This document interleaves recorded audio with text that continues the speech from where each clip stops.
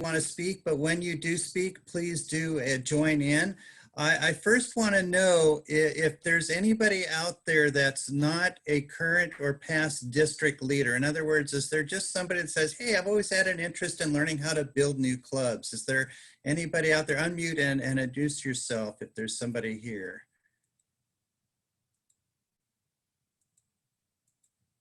Okay, so it's all— You consider district leader the managers?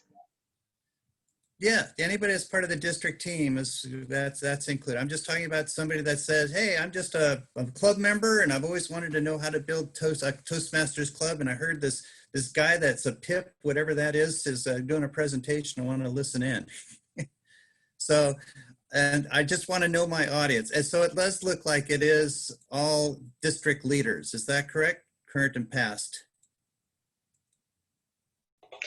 Joanne is not a current leader, but she is definitely interested. Okay, all right, good, good. The presentation I'm giving today is an adaptation of the presentation I usually give to districts in training their incoming area division directors. But I've also given a component of this. A few years ago, I was in Ontario, Canada, where I'm originally from, and my wife is more recently from. And we are up there visiting family. I let the district know that I was going to be in town, and is there any way I could help? And that year, the district was behind in new clubs. It was the middle of May, and they were not looking like they were going to make their goals. So I let the district director know that I have a presentation on how to charter a club in one meeting. And this is what you're going to be seeing today.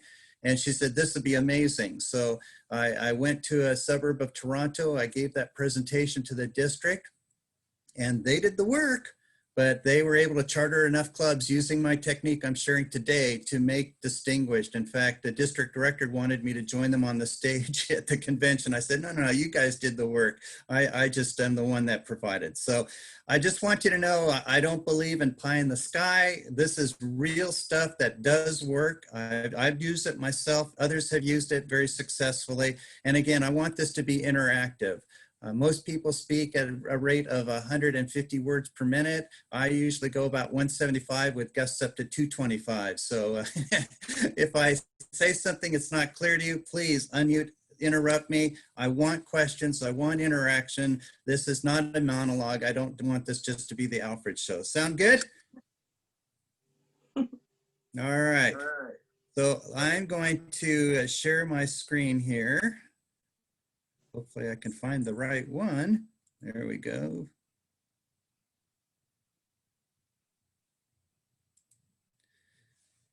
Is everybody saying building new clubs? Yep, okay. Nodding his heads. I'm glad I still see some people here. All right, let's get going here. Again, this is going to be fun. This is going to be interactive, and I encourage you all to be active participants. All right, let me get the slideshow started. So we're talking about building new clubs, and today we're going to talk about the mission of the district and our goals. We're going to talk about area director focus, and we're also going to go step by step how to build a club. And again, I do it in one launch meeting. We're going to describe the relationship between establishing new districts, new clubs, and the district missions. And we're going to identify responsibilities for our leaders in the district and other Toastmasters too, and all the roles that they can play. Sound good? All right. Let's start with a very basic question. I'm big on whys, and Greg will tell you about this. I'm always very big on why. So the first why is, why are you even here? I mean, it's a Saturday morning. It's going to be a blazing hot day. This is the coolest hours of the day. And instead of going somewhere else and doing some other things, you're here in this session. And God bless you for doing that. But why? Why would you even bother? Well, for me, I think the mission of Toastmasters International is a big why. We empower individuals to become more effective communicators and leaders. I think that is a very powerful mission, and I also believe it's a very powerful why. And by the way, I'm going to go ahead and take off my coat if that's okay. I encourage you guys to be comfortable as well. It's going to be hot today. But again, I'm so grateful that you're taking time out to be here. So that to me is a huge why. We empower individuals to become more effective communicators and leaders. The district mission is we build new clubs and support all clubs in achieving excellence. And I think the board got this right a few years ago when they rewrote the mission of the district, because they put first things first. And the first piece of that as a district is we build new clubs. And we're going to talk a lot about why that is the #1 focus for the district. And it's super important that all of you understand this, because if you don't get this, you're really going to be a step behind, and it's going to be harder, not impossible, but harder for you to be successful this year. So if we look at speech contests, is it in the mission? We build new clubs and support all clubs in achieving excellence. Is the speech contest in there? Anybody unmute? No, but it does help clubs achieve excellence if they embrace the competitive and striving to be excellent. Well, let me ask you this. If you have a member participate in the speech contest, and let's say they go all the way and are the world champion, does that make that club distinguished? No, but it makes it famous. It does not make the club distinguished. It does not make the district distinguished. And since you brought it up, would it be okay if I share my own personal story? I'm Sure. getting lots, yes? Okay.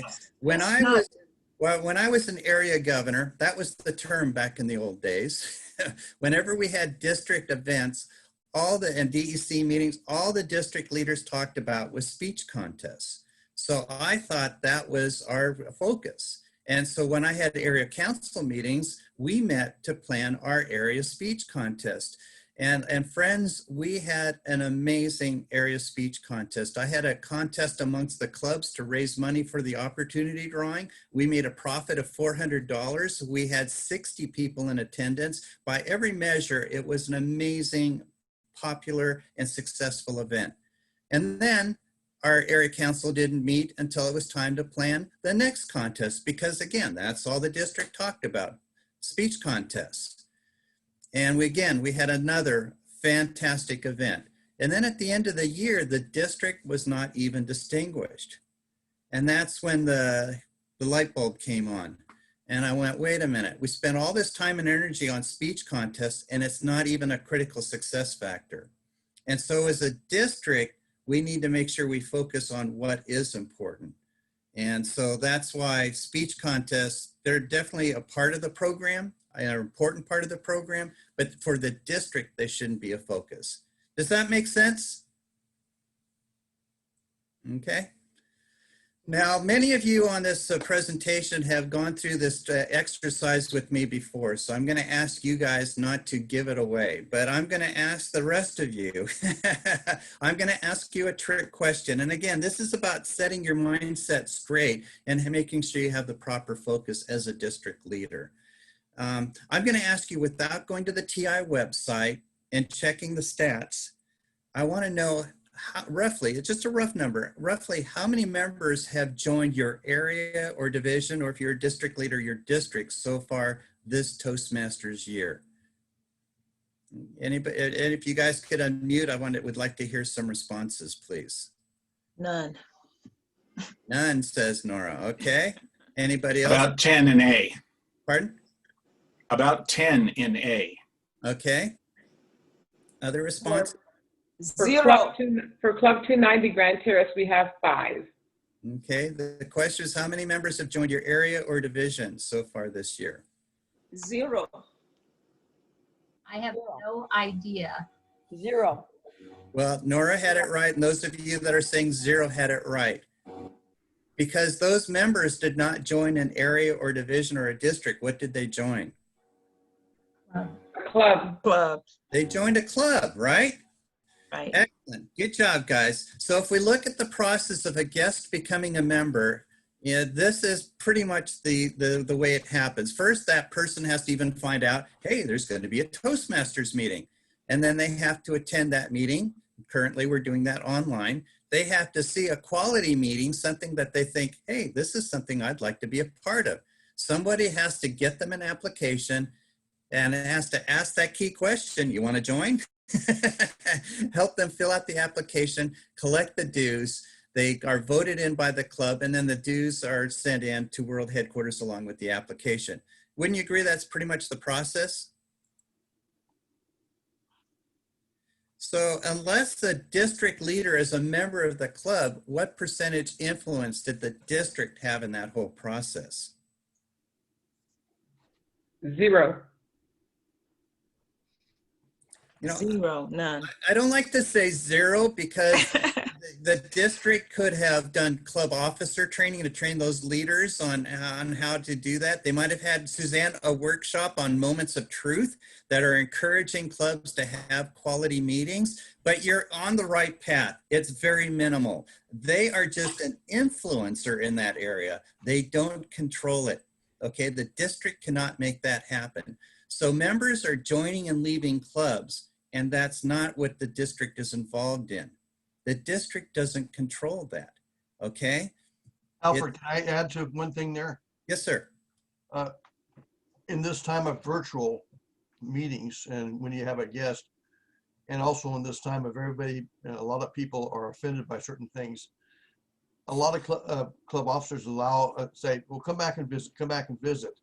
I'm trying to share with this district up here in where I'm in Northern California, break the barrier with the guests and let them know it is okay if you wish to ask to join.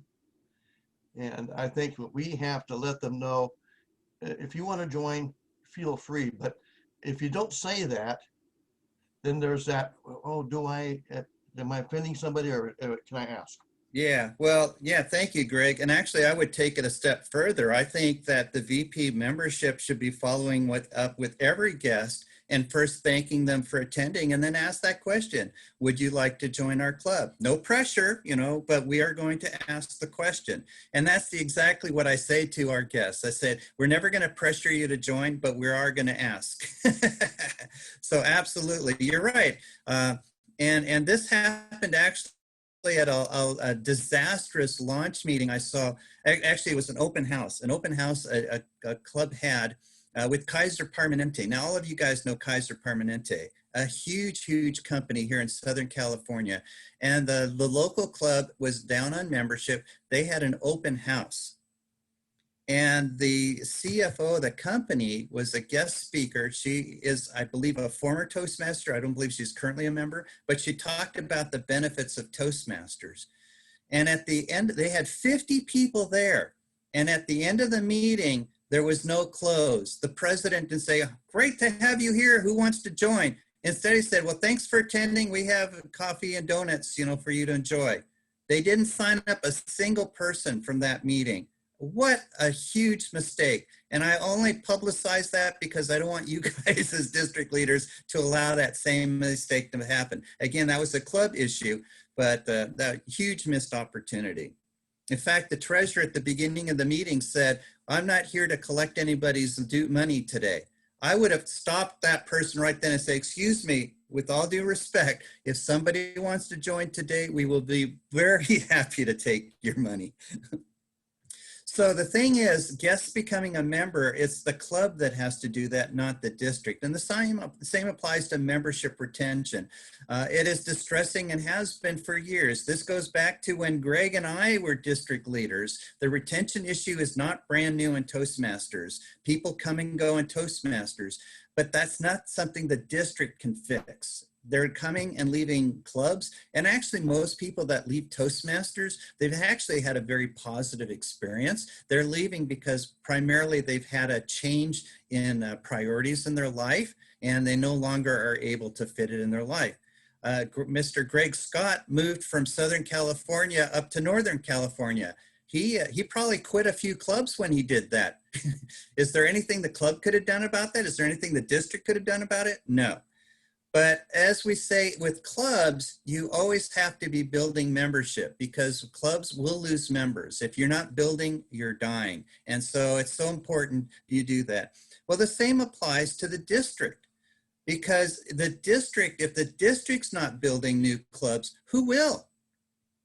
There might be one or two people that might have an interest, but in general, there wouldn't be a focus and it wouldn't happen. So that's why the board got it right, that we build new clubs is the #1 focus for the district. And area and division directors, the biggest mistake you could make is carrying that monkey on your back that you think it's your responsibility to make your clubs distinguished. It's not. Whose responsibility is it to make your clubs distinguished? The clubs. Club. The clubs, absolutely. Now the district is there to support that. See that word there, support? We are there to support you and help you, but the club has to take that. In fact, if you further analyze this mission, and I think, again, I compliment the board, there's an active word and there's a passive word in there. What's the active word? Build. Build. Build is active. That's something you do. And the passive word is? Support. Support. Support. Can you see the difference? Do you understand the priorities? Personally, I think it should be an 80%, 20%. You know, Pareto's law, 80-20. 80% of our district effort should be building new clubs and then 20% supporting the existing clubs.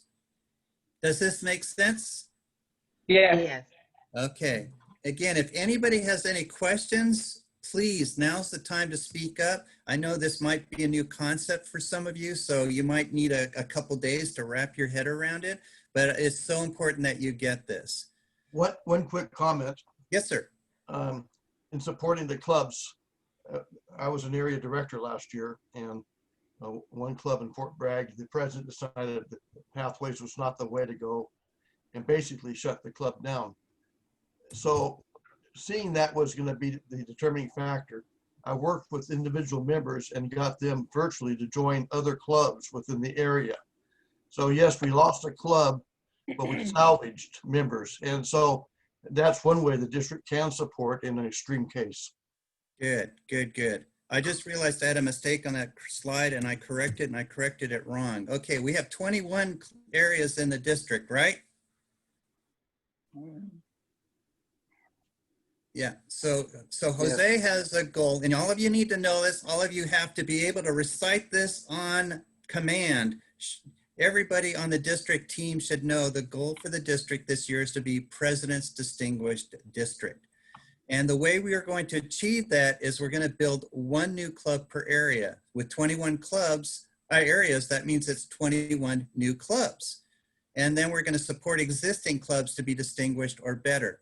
Now, if we build 21 new clubs, in order to be President's Distinguished, I think you only needed to have a gain of 9, right? No, hang on.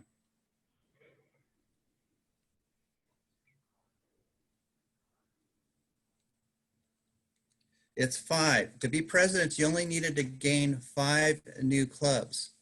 So how many existing clubs could we lose if we built 21 and still be President's Distinguished? Exactly, Greg. 16 clubs. 16 clubs we could lose. Do we want to lose 16 clubs? No, we don't. And if there's anything we as a district can do to prevent that from happening, we absolutely are there to support them. But like my company club, when I joined downtown Los Angeles, my company closed down that world headquarters and moved us to Orange County. That's how I came to Founders District. There's not a thing the district could do about that. They lost 2 clubs from that location. It's going to happen. And so this is something that that is a way, now you know the path on how we're going to do that. We're going to build 21 new clubs, 1 per area. All right. And that's putting the mission first. Well, you know, why even build new clubs? And I think this is a very personal question for me. And I am so grateful to Beverly Andrews. Beverly Andrews was a past district governor of District 52, and she is the lady that chartered the club that I joined when I went to work at that company. Had she not chartered that club, and had my colleague not been a member of that club to invite me, I probably never would have joined Toastmasters, because I joined when I was in my 20s. That shows you how long I've been a member. I've got the gray hair here. But as a young guy starting out in my career, I was not looking for extracurricular activities. but Toastmasters found me. And if she had not chartered that club there, I don't know if I'd been a Toastmaster, and my life would not have been the same in a very negative way. Toastmasters has been such a positive experience. As I mentioned, 5 promotions professionally, the friends I've gained, and all the experiences I've had. Think about your own experience. What if the club you originally joined wasn't there? Well, friends, this is an amazing opportunity. And to me, this is a huge why, because you can give that gift of Toastmasters to other people. You're going to provide, chartering a club, you're going to give new people a chance to participate in the program, to have their lives changed in a positive way, that if you didn't charter that club, they may never come to Toastmasters. So this is a legacy you're creating. Does that make sense? Yes. Do you Yes. guys like, do you like that kind of idea, creating a legacy? Yes. Awesome. Awesome. So here are the basic steps to charter. I'm not going to say that's the definitive list, but by and large, it's pretty much the way it goes. First of all, it starts with the lead, but then we also need a sponsor and mentor. We're going to make an initial contact with somebody. We're going to have a pre-meeting with that person that's the contact in the organization. We're going to ask them to do publicity for the meeting, and we're going to conduct a launch meeting. And at the conclusion of the launch meeting, we should have 20 people. We'll submit the paperwork. I'm going to go into all of these steps in greater depth. But those of you, how many of you, by the way, have already chartered a club? I want to see how, raise your hand if you've chartered a club. All right, a few of you. That's awesome. That's awesome. Thumbs up, Ralph. Awesome. Great. So let's start with the lead, right? Oh, the area director responsibilities. Those of you that are area directors, we want to ensure that we want you to own the goal that a new club is chartered during your term in your area. But we're not asking you to personally charter that club. We're asking you for 3 things, however. We want you to provide a viable lead, and think about a date that you might want to give that lead to the district. Then when you're visiting your clubs, you're going to see who the superstars are there, and you might identify people that could be the sponsor and mentor for that new club. And by the way, those people, the sponsor mentor, don't necessarily have to be the officers of the club. It could just be somebody that you see in the club and they're excited about Toastmasters. I have somebody in my community club that he joined, and he was just like, I love Toastmasters. I can't wait to our meetings. I just love Toastmasters. I'm like, this dude would be a great club sponsor. He doesn't have the experience to be a mentor yet. He's brand new, but I'll take that energy and that love of Toastmasters, and I would use that to help charter a new club. Does that make sense? Yes. Alfred, this is Said. Could I ask a quick question or make a quick request? Thank you. Could you speak a little bit more about the appointment of sponsors and mentors? In my 22 years in Toastmasters, I've seen clubs destroyed because people simply wanted to be appointed as sponsor or mentor simply to carry the titles. Yep. We're going to spend quite a bit of time on that when we get down to that point. So absolutely. Yep. Thank you, Saeed. And at that point, if I don't mention it, because I agree with you 100%, please jump back in and reinforce it, okay? Because, Saeed and I go back a long way, and unsurprisingly, we're very like-minded on many things. And Alfred, you will be talking more on the viable lead too then, okay? Oh yeah, everything. This is just kind of laying things out. Thank you, Marilyn. Good question. Now, area directors, again, we said we want you to provide the lead, the sponsor, the mentor. We're going to talk more about that whole process. And after that, you turn it over to the district and you say, okay, district, when are we having the launch meeting? When are we having that meeting? Let's get going. Now, I do want to say, if you want to participate in more of the process, you are more than welcome to. That would be at the discretion of the club growth director and the district director. Personally, I would see no problem with an area director being a club sponsor if they even wanted to get that involved. However, personally, I would recommend that you not be a club mentor. I think that's taking on too much with your other responsibilities as an area director. So that's just my opinion. Alfred has a lot of opinions. He also shares a lot of facts, and I always try to make sure I make clear the distinction.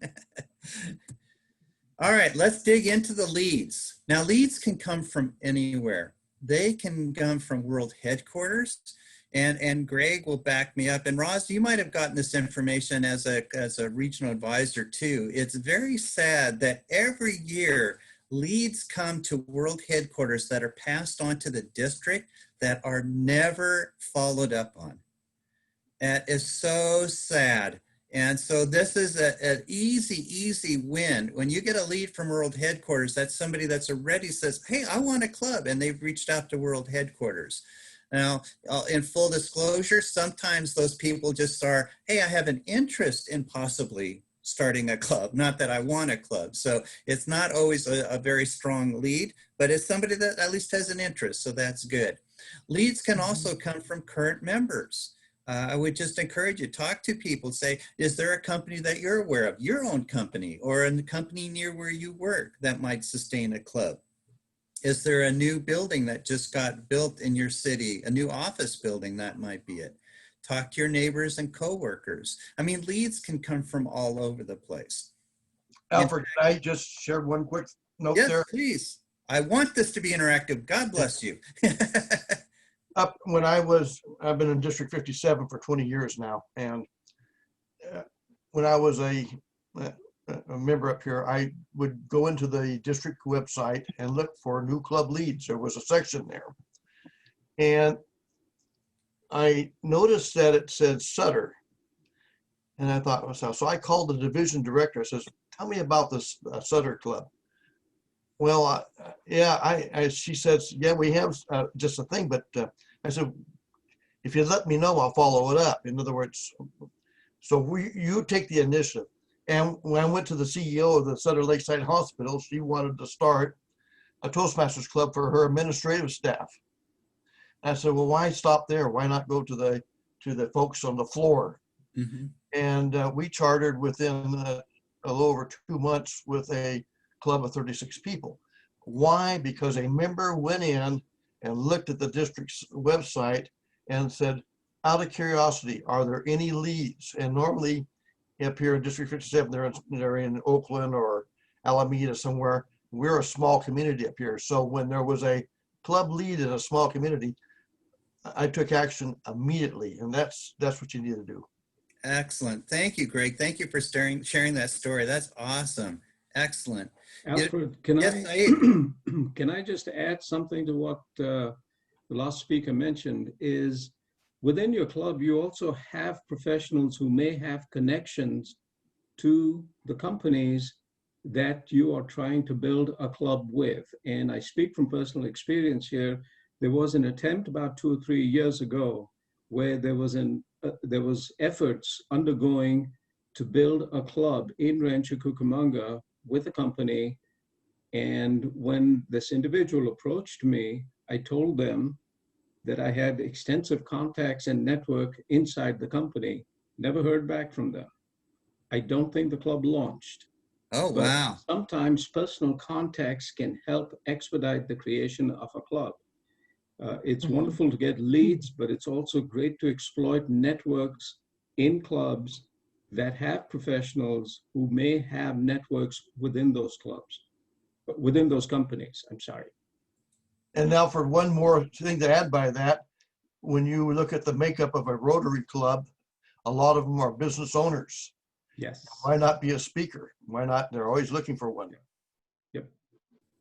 Wow. I'm just checking my stats, and I want to do a shout out to Anna. She pointed out when she chartered the University of Laverne Toastmasters Club, she was an area director, and she brought the lead. She was the sponsor, and this year they're celebrating their 5th anniversary. So awesome job. Great job.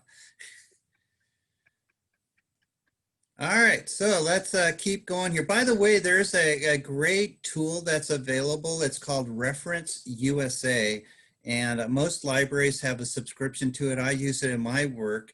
And Reference USA is a way where you can put in a city and it will pull up all the companies in that city, and you can even filter it by the size of the company or other criteria. So there's other tools that are available to you.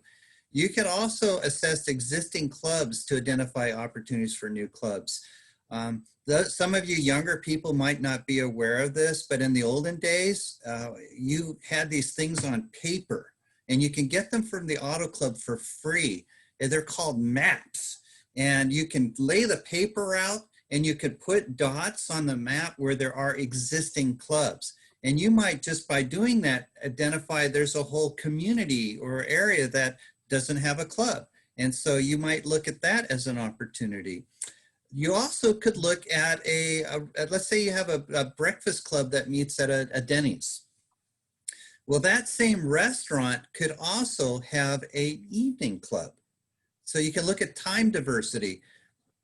Excuse me. And I will tell you, the people that are available in the morning are not going to be able in the evening, and vice versa. And so those two clubs, even though they meet at the same location, they would not be competing with each other. So that's another where you can look at it. You can target communities over 10,000 people.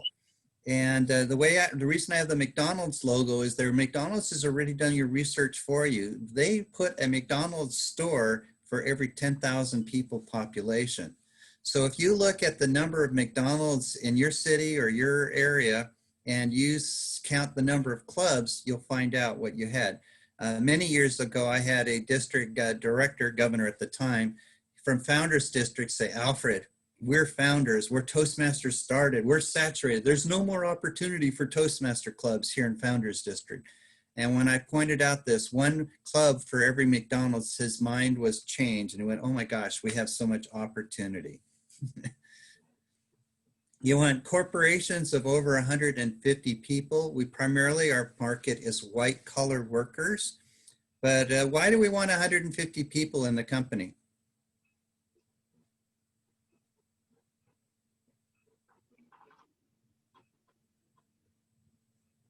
Somebody unmute and answer. I think it guarantees that you'll get at least a minimum of 35 to 50 people attend a meeting, and then you still have an opportunity to grow and add more members with it. With that amount of employees, you have a pretty good depth of connection. Right, exactly. Thank you, Roz. And I'm gonna change your mindset. Back in the 1990s, during the military complex, there in the Dallas-Fort Worth area, there was a huge military company that was a corporation. They had 60 clubs in their company at one location. They had a whole division in one location because they had so many employees and they were so focused on Toastmasters. Imagine how easy it would be to do your area visits if you're all at the same location. All right, so corporations of over 150. Let me go back to this. You can also look at community centers, libraries. That trip back to Canada I mentioned, I was invited to visit a Toastmasters club in Toronto, and they met in a public library that had a meeting room. A lot of libraries have meeting rooms. I want to change this. Alfred, Yes. are you going to address how to get new members and charter virtual clubs? No.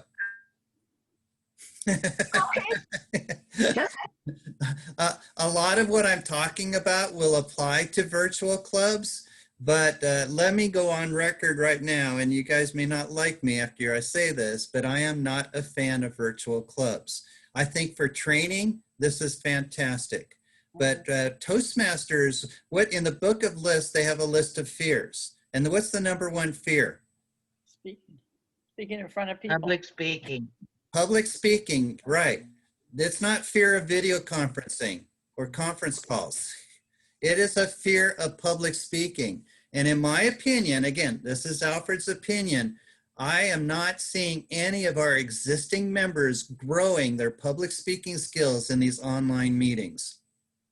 I think it was the right thing to do. I'm so glad that we have gone online, because as Toastmasters, we as officers, we needed to keep our members engaged. We needed to keep them in the habit of participating. And even though they're treading water, at least they're staying engaged, because we have some members that have chosen not to join us online. And now that dues renewal is coming up, it's going to be that much harder to get those people to remain in the club. So again, I don't want to be misunderstood. I think going online during this COVID crisis was 100% the right thing to do. But for long term, if you would look at the quality of the program, and see, when the board first allowed online clubs, I had these concerns, and now all of these concerns have come true. I always envisioned somebody finishing, well, let's take the pathways example. Somebody did a pathway and they completed their level 5 and they gave their final speech, and Suzanne saw the speech and she said, my gosh, you did so amazing. We're going to invite you to be a speaker at the district conference in person. It's going to be a live event, and we want you to be one of the key presenters. And that person, I could totally see going, wait a minute, you want me to speak in front of a live audience? I don't want to do that. They would not have built that skill. So Marcia, for that reason, again, we're going to have some virtual clubs. They're going to charter. I've been in contact with members of the executive committee about my concerns, and they really just see these online virtual clubs in an ongoing basis after COVID crisis is over as really a small niche in our market. That's not going to be the future of Toastmasters, thank God. Alfred, this is Marilyn. I just had one quick question on the virtual. I was planning on the virtual might help for like an executive club meeting, or Yes. once in a while have it. Yeah, no, exactly. For executive meetings, absolutely. For trainings, I know TI officially has always been against doing trainings online, and I've never understood that. And for me personally, I think that's perfectly acceptable. And Suzanne, I'm sure you will tell me that you've had a much bigger turnout in club officer training by doing it online than you did when it was in person. Is that right? Yeah. Now, we're experiencing this today. This presentation is not the same. It's not quite as interactive as I would like, as it would be if we were all in the same room together. But it's okay. It's still 80%, and 80% of Alfred is probably enough anyway. Anyway, so thank you for that question, and I hope you're not too upset with me after that response, Marcia. I won't accept less than 90%, Alfred. Oh, okay. All right, good. We need to meet, John.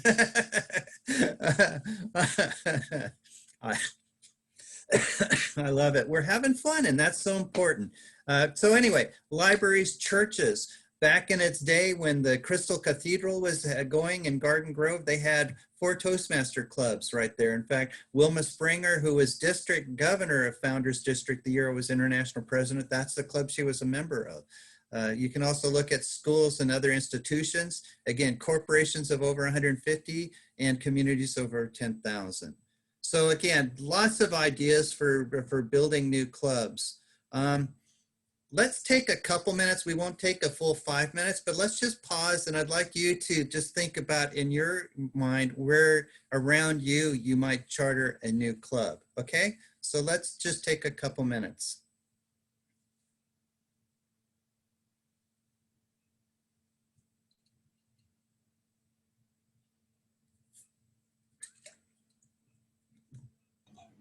Alfred, you mentioned Rotary clubs. How is that alliance with Rotary working out in practicality, in reality? And how can we leverage that partnership and get some new clubs for Rotary people? Okay, I did not mention Rotary, but although I guess it goes other institutions. Let's finish the brainstorm, and then I'll come back to that. I'll address that after the brainstorm. Thank you, Sharon. We will address that right afterwards.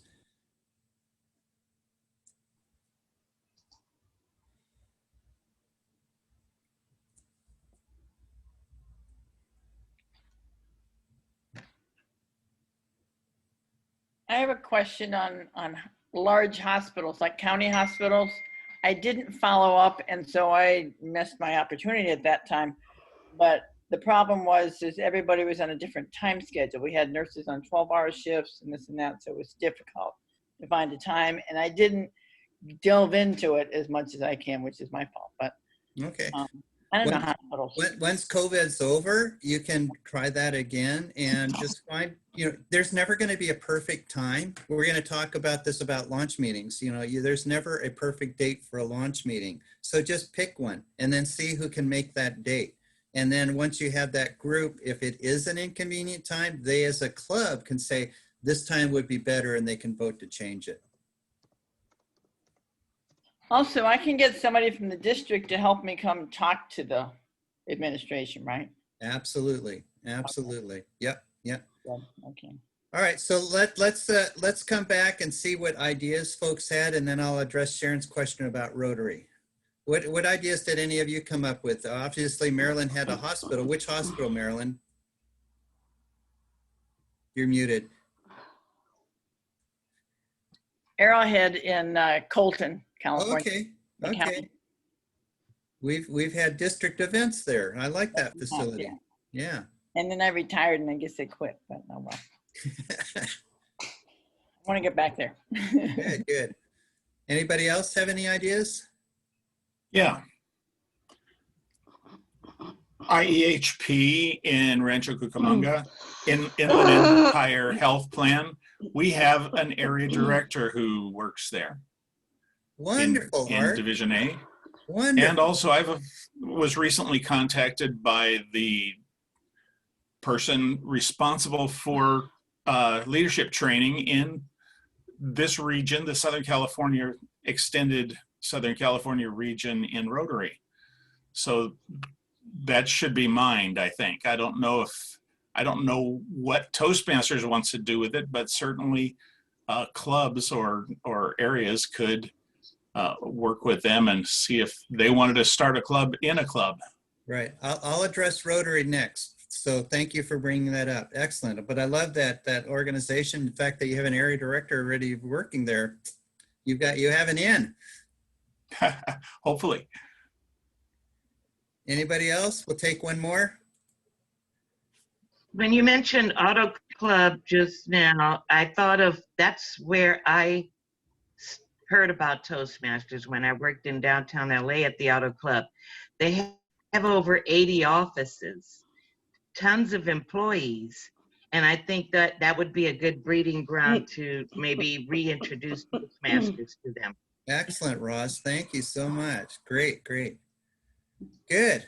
Well, again, I know you'll be thinking about this. It reminds me personally of when I was a brand new Toastmaster, and thank God the Vice President of Education did put out the schedule in advance, and I knew a week ahead of time I was going to be speaking next meeting. Again, I'm a brand new member, and I go, I have no idea what I'm going to talk about.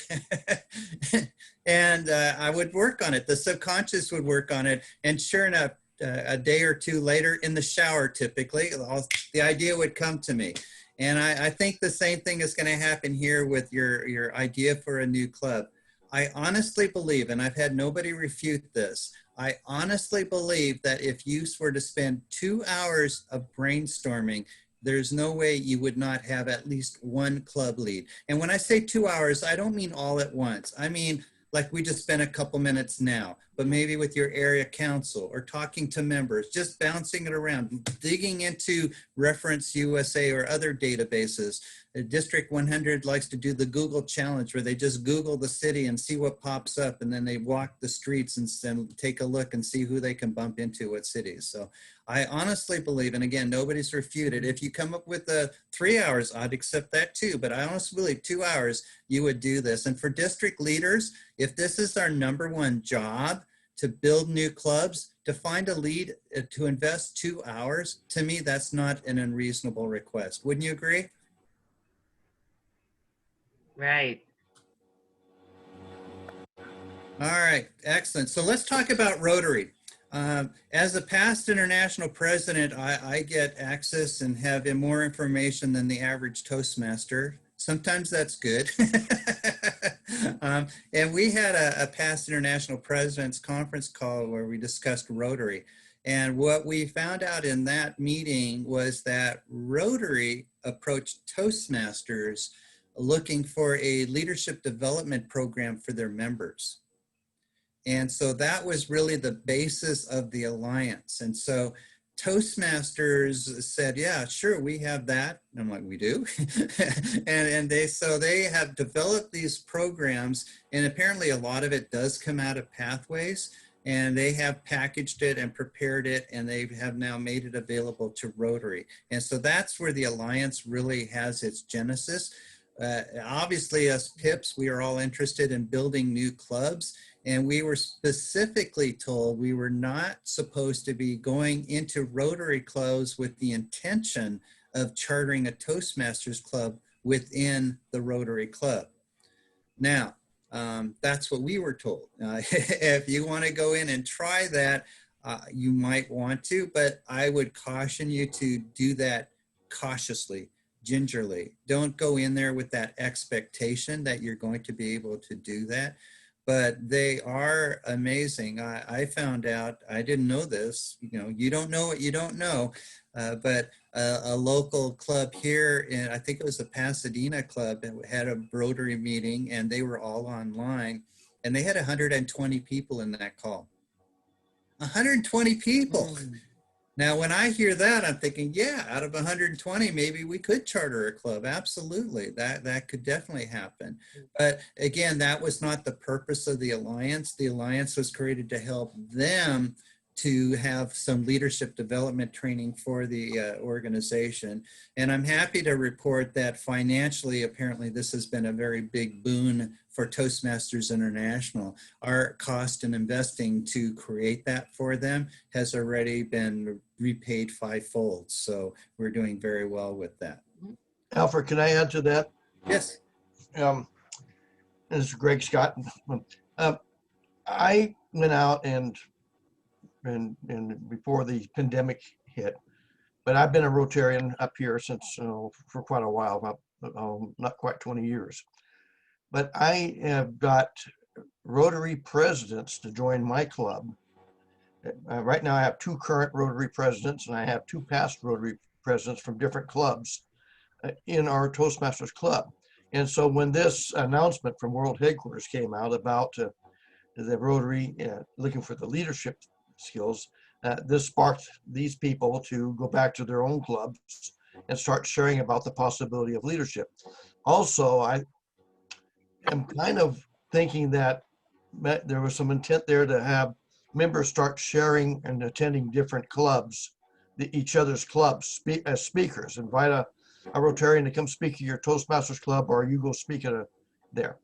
But the case is, again, I go back to saying in the Rotary membership, you have a lot of small businesses and a lot of large businesses and a lot of folks, CEOs of companies or hospitals or whatever. And here again might be a club lead.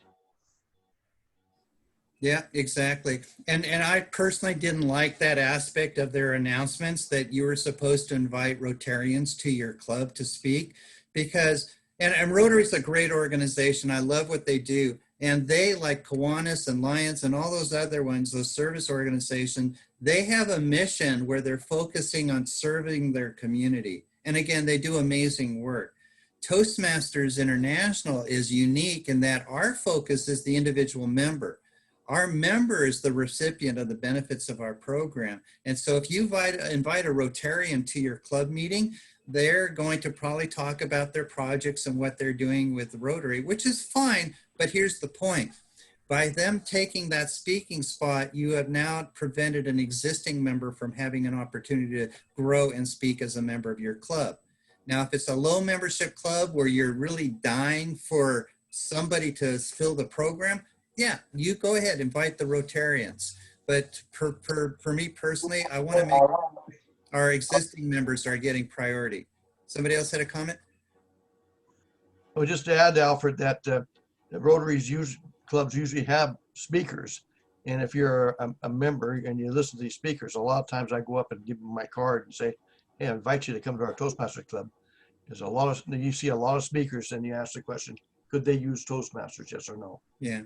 And Sharon's asked if we can access the material, and the answer is no.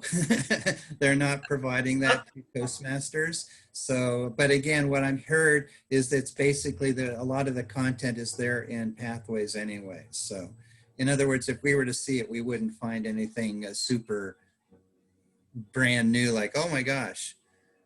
All right, so anyway. Alfred, before you pass on this one. Hi, Esther. Hello, how are you? Good. Good. I wanted to chime in on the Rotary thing. I'm also a Rotarian. I've done it the other way. In 2014, I was the project's chair, like a program's chair, where you invite outside speakers inside Rotary.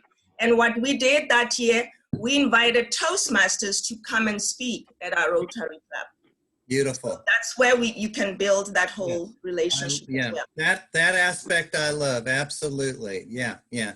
But again, as Pips, when we were talking about going to visit those clubs and meet with them, you know, we're always thinking build new clubs, build new clubs. And they're like, wait, that's not, you know, be careful about that as your focus. But Esther, that's great. And absolutely. And with this alliance, now there's that extra bridge to allow that communication to be even more, you know, viable. So if there's a good member in your club, let's be honest, guys, between you and me, there are people in your club that you do not want to go speaking at another organization and be a representative of Toastmasters. But if you have good speakers that you want to have them be a club speakers bureau, for a better word, you know, absolutely. That's great. Thank you, Esther. Great, great point. All right, moving on. So now we're going to dive into more about these different roles. Let's start with club sponsor. What do you guys think the job of the club sponsor is? To work with the club to organize it until they charter and to facilitate that all the way through. Right, it's to get the club chartered. That's their job. So what they would do is, and working with the club growth director and the extension team, once you have the lead, and by the way, the lead that the area directors or any of you should provide to the district, it shouldn't just be St. Mary's Church. It's like, well, thanks, but who do we contact at St. Mary's Church? And you have a phone number for them. Preferably, we'd like to have a conversation. If you don't have a phone number, then we'll take an email, but obviously a conversation would be better. And we're going to talk in a minute about that, what that conversation would be. But the sponsor would be involved in contacting the new club lead if they are comfortable having that conversation. If they are not, then again, there are people on the district team that are comfortable to do that. Right, Mr. Club Growth Director? Yes. I'm here. That's right. Morris. All right, Morris, thank you. So anyway, and then they're going to be the point of contact for the launch meeting. Now, this term launch meeting, I learned this from District 5 a few years ago, and I love this idea. Roz knows this gentleman very well that taught me this, Charlie Patton. He said, in District 5, we don't want to do a demonstration meeting. We want to make it clear we're not there to demonstrate Toastmasters. We're there to launch a new club. And that's why they call it a launch meeting, okay? And as the club sponsor, you would also recruit the launch team. Now, again, the district, Morris, will have some people that are available to help facilitate that. But you as the sponsor would do that. You might even go to your club. It's interesting, the last club I chartered, our launch meeting was on June 20th. And I was all set, and early that week, I got an email from the club growth director for the term. And that person said, Alfred, we're so sorry, but the night of your launch meeting is the night of the district officer installations. And unfortunately, nobody from the team is going to be able to support you in your launch meeting. And I thanked them for their note, and I appreciated them reaching out, but I said, you don't have to worry. I have already pulled together my own launch team. We're good to go. The sponsor would be involved in conducting the launch meeting. If that person's not comfortable being the closer in that launch meeting, we're going to talk about that later, what that role is. But they don't have to be the closer. But again, they would be participating in it. And then after they want to make sure that have the club officers get club officers elected, and then submit the paperwork and the fees, and then finally plan the charter presentation ceremony. And on the paperwork, nobody should hesitate being a sponsor because they're not familiar with the paperwork. Morris, do we have experts in the district that can help with the paperwork? Absolutely, that would be Miss April Gillis. Yeah, so don't let that be what holds you up. Plan the charter presentation, invite the district governor or director, sorry, the division director, whoever's available and appropriate, and make it a big party. This is great. And once that's done, your job as a sponsor is completed. What do you think the job of the new, any questions on sponsor? Okay. New club mentor. What's the job of the new club mentor? To help train the new officers to get the club fulfilling their roles, and for 1 year to get them on their feet, and then to make sure that you receive positive feedback as a mentor, that you did your job well before stepping down. Very good. Thank you, Greg. Set the club on the right course. John, go ahead. John? Yeah, when the sponsor goes away, this new club is sitting there going, well, what do we do now? And the mentor's there to answer that question. Right. And typically I want the mentor to be involved in the launch meeting as well. You don't want to have the mentor come in after the fact and people like, oh, who's this guy, or this lady? I don't remember seeing them before. So ideally you want them to be involved earlier on. Okay, so you want to get the club started on the right course. And this is something I think the district needs to provide a training on, Suzanne. And personally, I think that club mentor and club coach training could be a joint training because the skills definitely overlap. With the club coach, Roz, wouldn't you agree with that? Yeah, with a club coach, you're dealing with an existing culture and you might have to change some things in that club's culture. And with a new club, as new club mentor, you're helping establish the culture of the club. Now, technically, officially, Toastmasters International wants you to be a term of 6 months as your club mentor. Personally, I always ask that the person give at least a year. I'm still mentoring the last club I chartered 4 years later. I just stayed on, I'm a member, and there are times I stop or I comment at the end of the meeting, I say, okay, I'm putting on my club mentor hat and here's something that we need to correct. Because what I learned early on in my Toastmasters career, if you don't correct things when they happen, guests and new members see that way of doing it wrong. And then they copy it when it's their turn. And that comes into the Toastmaster standards. I'll give you one while I'm thinking about it. In table topics, in Alfred's world, the right way to do table topics, because not everybody in the club, we don't have time for everybody to do a table topic. So in my clubs, we always ask the question first and then pick somebody to answer. And by doing that, it forces everybody to go through the mental exercise of how am I going to answer that question? What if he picks me? What if he picks me? Too often, if you make the mistake and say, okay, Roz, this question's for you, everybody else takes a little mental holiday and we're off to Tahiti in our mind, checking our messages on our phone. Well, we see how Roz is going to answer that question. And at least for me, I know this happens all the time. Halfway through Roz's answer, I go, oh, I know how I would have answered it. But you miss out on that exercise. So anyway, so you want to stay there and make sure the club gets off to a good start. Make sure the club officers understand their roles and responsibilities. Encourage them to attend club officer training. You know, the wonderful thing about being a mentor with a new club is you tell these officers, you need to attend club officer training. And what do? They go. They go, right? They attend club officer training. And then they get there and they see that, wait a minute, where is everybody? Well, how come not everybody's here? And they find out that, oh, not everybody does this. But when you tell them as mentor, they're going to do it. They're going to follow you. You want to familiarize the officers and the members with the Toastmasters education program. And what is that program today, ladies and gentlemen?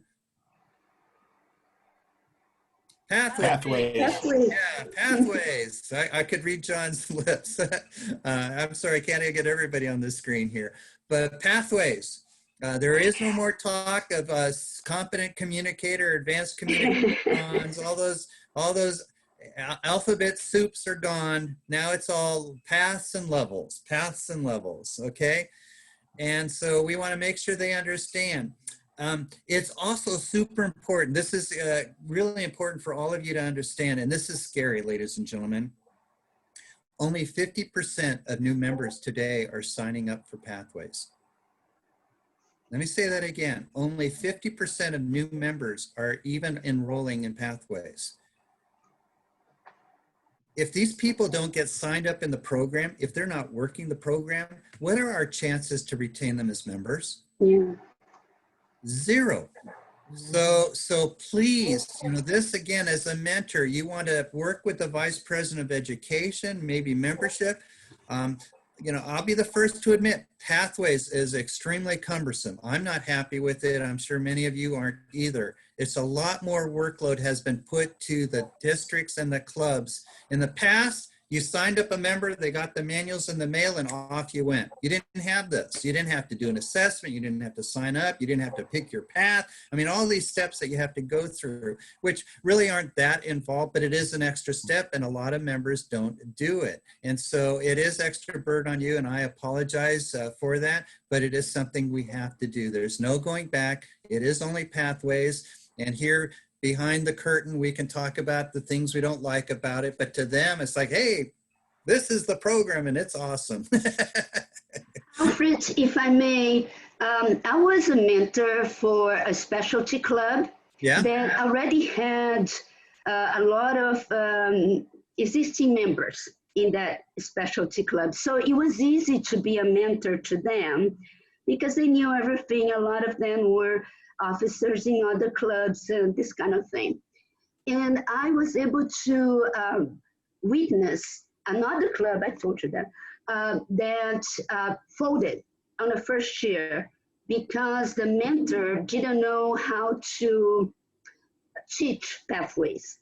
So I think for the mentors, they have to be well trained in order to be able to have everybody in Pathways and assume that there is a lot of people that are new members have no idea.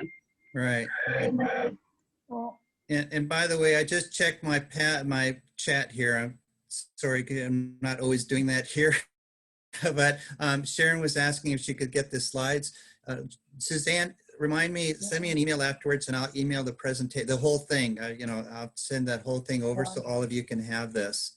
All right? Alfred? Yep. One of my, just for like signing people up on Pathways, I am really very, very fortunate to have Sandy Amelino come over to one of my clubs. Oh my gosh, she's wonderful. Anyway, if the member has a few minutes after the meeting, like just about 10 minutes, we actually go online and run them through. Beautiful. And they pick a path. Beautiful. Excellent. Yeah, if you can do it right then, that's great. Right. Yeah. That's great. So again, that's the education program, okay?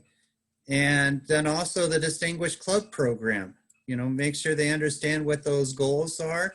And with a brand new club, let's say you charter a club in March, the chances of it having 5 goals by June are probably slim unless you have a lot of members that are already in other clubs. But again, you're from the 20, you're limited to 3, right? So 17 have to be brand new.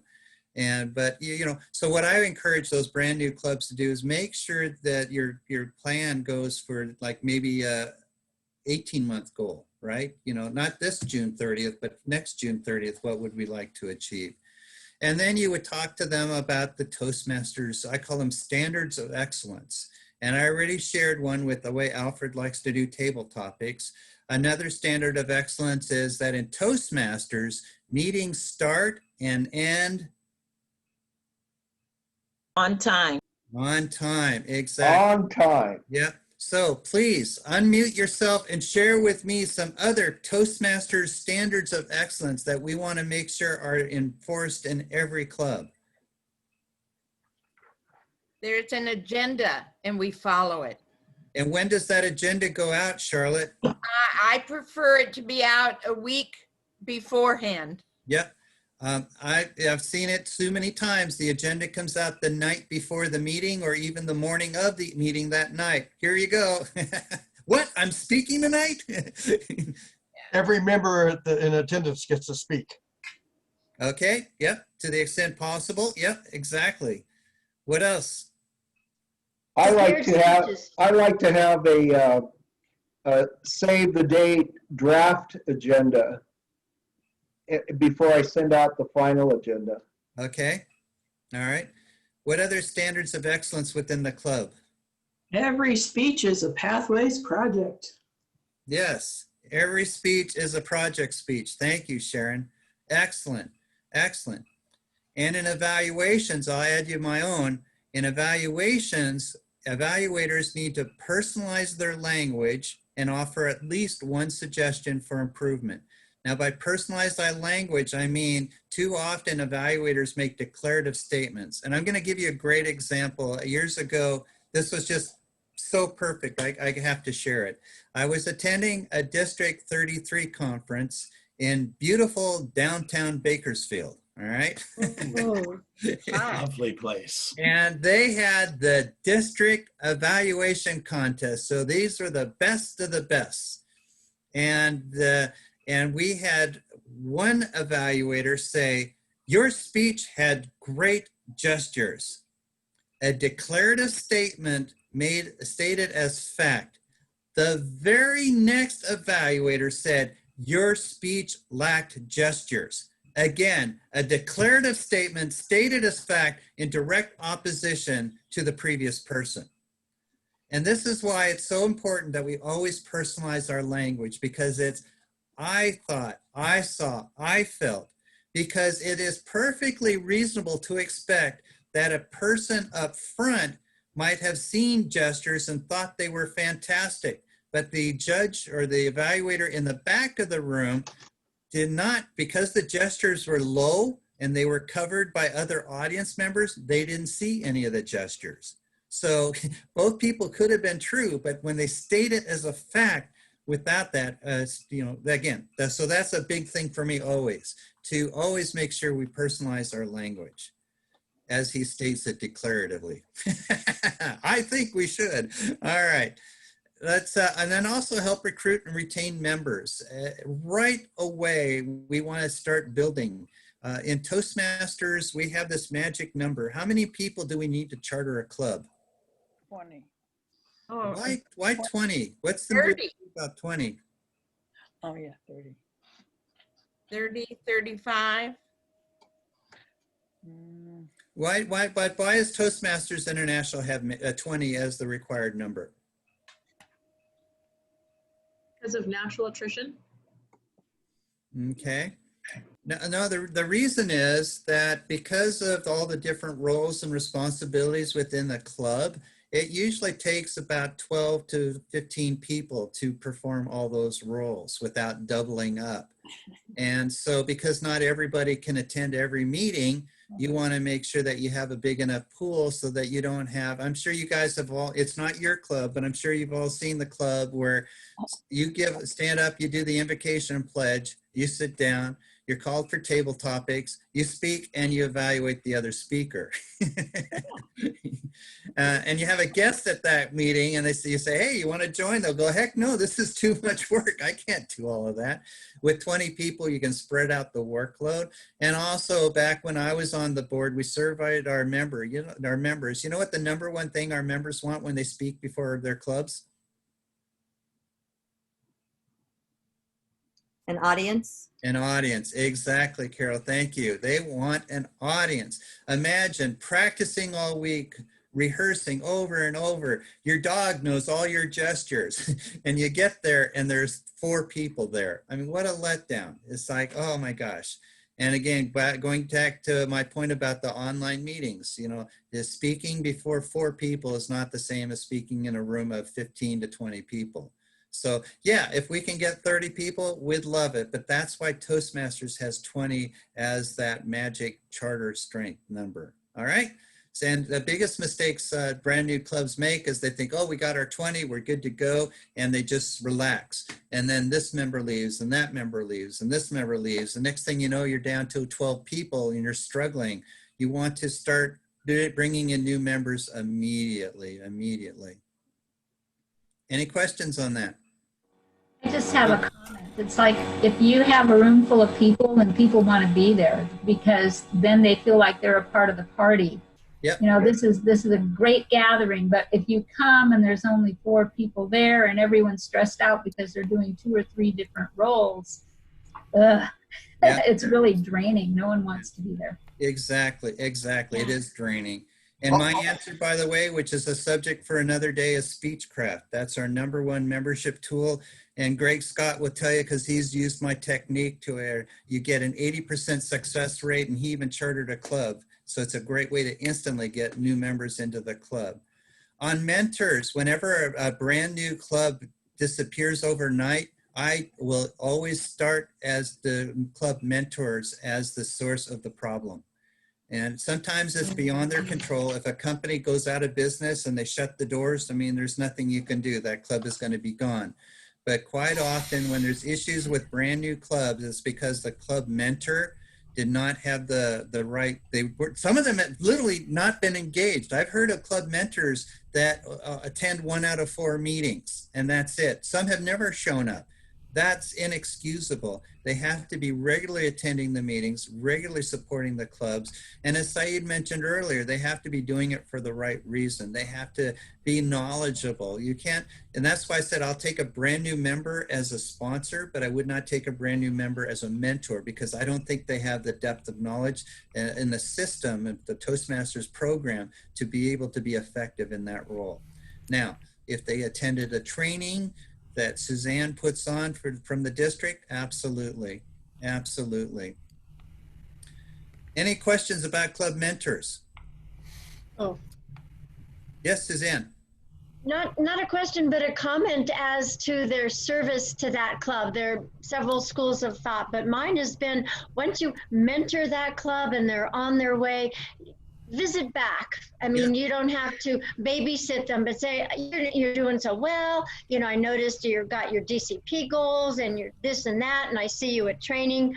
Kudos. Good job. And I'm available should you have a question. You're not going in there as a mentor because they need help. You're not their coach. You're just saying, good job, keep it up. I'm available. I'm so proud of you, or something like that. And going back to the club, I think every role is important. As general evaluator, you were to call and say, you're going to be all counter. Are you up for that? Grammarian, do you have your word of the day? How does that fit with our theme? Have you looked at our theme? So before you even get there, you've got a team that's inspired, even though they're not speaking, they're not Toastmaster, they're not evaluators. They're an important part of the meeting, and they feel important as a member. Beautiful. Thank you, Suzanne. Appreciate it. Awesome. All right, now, just so you know, the sponsor can also be the club mentor. And typically when I charter a club, that's the way I do it. I end up being chartered, the sponsor and the mentor. And you can have 2 mentors. You can actually have 2 sponsors too. But with us chartering 21 new clubs this year, we're going to have issues finding enough new club mentors. So I recommend, having one, unless there's a situation where somebody says, I'm not going to be able to make every meeting, and so I need somebody else to be there when I'm not, then you could have 2. I don't like having 2 mentors, because when you have 2 people, you're going to have 2 opinions, and no 2 people always agree, and when they disagree with me, I'm sorry, they're wrong. I'm sorry, a little joke there. But that little. But it's true. I mean, yes, Suzanne. You're muted.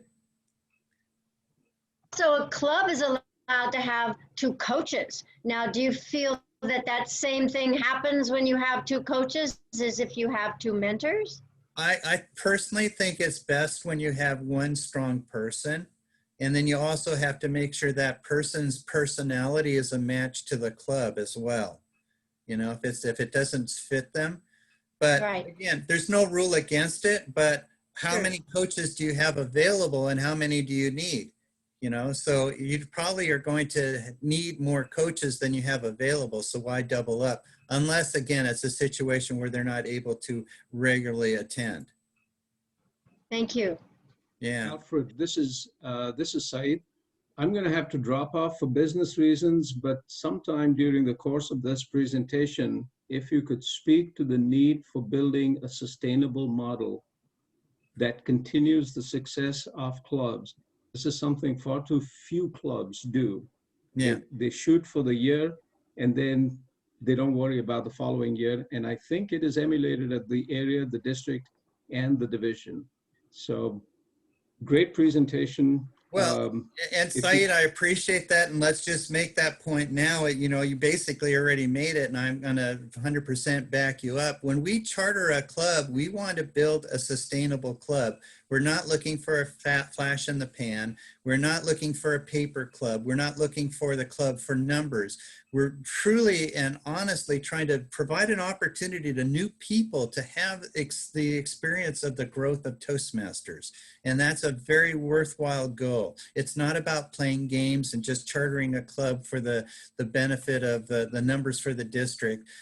These specialty clubs that get created in June are always very questionable in my mind. You know, well, I like to walk with my friends and we're out there walking, and why don't we just form a walkers Toastmasters club for us dog walkers? You know, it's like, no, that's not a real format for a Toastmasters club. You want to make sure it's viable and sustainable. And again, there's always going to be situations beyond your control where with the best intentions, it doesn't work out. That's okay. But if you really have to have that ongoing process in mind, I mean, the clubs that I originally joined, I mentioned that were chartered by that past district governor. Those clubs were in existence for 14 years before they disappeared. And I'm estimating between the clubs, more than 400 people gained the benefits of Toastmasters. And all of you got an international president out of it. So I don't know if that's a good point or not, but you're creating something that is just so powerful. And we want to do it for the right reasons. And we do want it to sustain to the best extent possible. All right, moving on. Thank you, Said. Great point. So when we're approaching that contact about setting up a meeting, here's my magic golden sentence and trying to set up that meeting with them. I'd like to have a short meeting with you to discuss the benefits of having a Toastmasters program in your organization. Now, organization, if it's a community, substitute community, whatever it is. The key words here are short. That's why I bolded it. We want to ask for a short meeting. These executives, these top level people, and that's where you want to start. You want to start at the top. They're very busy. If you ask them for an hour, they're not going to have an hour for you. But if you ask for 15 minutes, you probably get 15 minutes. In some cases, you will only get 5 minutes. And I can do this meeting in 5 minutes. It doesn't take that long. Roz, you've done a lot of these. And Greg, I want you to pipe in too. I mean, you know, how long do these meetings typically take? The launch meeting? No, the pre-meeting where you're meeting with the key contact to talk about the benefits of Toastmasters and why they might want to have a club in their organization. Alfred, I found. Yeah, Go ahead. Go ahead, Roz, and then we'll go to Greg. Okay, no, I was going to say you want to have that corporate champion and that corporate liaison on board between the district and the company to speak the same language, to understand their time is valuable and how can Toastmasters meet or match their company goals. So it might not always be the ABCs of Toastmasters, it's really the ABCs of the company structure and their goals for their employees. So that could take 15 to 30 minutes. Yeah, okay, good. Greg? Yeah, it's been a long learning experience for me. A couple things. I've either sponsored or mentored well over a dozen clubs. But also when I was serving as a director, I was often scheduled during my district visits to go visit different organizations with club leads. And of course, World Headquarters always provided me with little gifts and tips. But the one thing I wanted to know is who's my audience? Mm-hmm. How do I approach these people? And what, in knowing your audience, what is the goal for their company or the desired result that Toastmasters program, if practiced in there, will turn in where they can become more productive as employees, a better team member, better leaders. And so I think if you can find these things out, and then, you know, like I say, keep the meeting to 15, 20 minutes, whatever, because you might want to answer some questions that they have. I think you can start to develop an approach that, that gives you a checklist to prepare for. Yeah, absolutely. Absolutely.